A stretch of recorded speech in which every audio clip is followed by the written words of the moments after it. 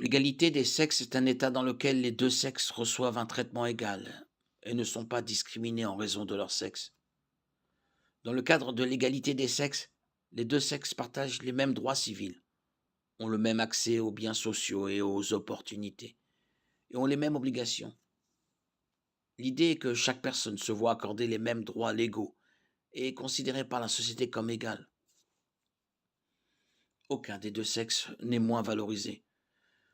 Il peut être difficile de déterminer s'il existe une égalité entre les hommes et les femmes dans une société. À bien des égards, on ne peut pas dire que deux personnes, quel que soit leur sexe, aient les mêmes chances et le même accès à tout, outre le statut socio-économique et la situation géographique. Il y a la simple question de la génétique et des aptitudes naturelles. Un homme d'1 m 50 peut-il vraiment avoir les mêmes chances de devenir basketteur professionnel qu'un homme d'1 m 90?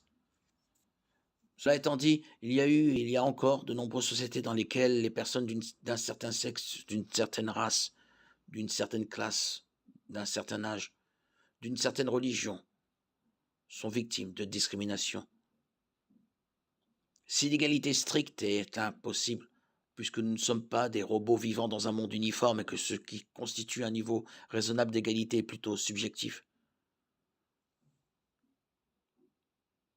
pouvons-nous aborder la question de l'égalité entre les hommes et les femmes? Quel est le concept biblique de l'égalité entre les hommes et les femmes? La Bible enseigne que Dieu a créé Adam à partir de la poussière du sol. Il a placé Adam dans le jardin d'Éden pour qu'il l'entretienne. Il a donné de ne pas manger de l'arbre de la connaissance du bien et du mal.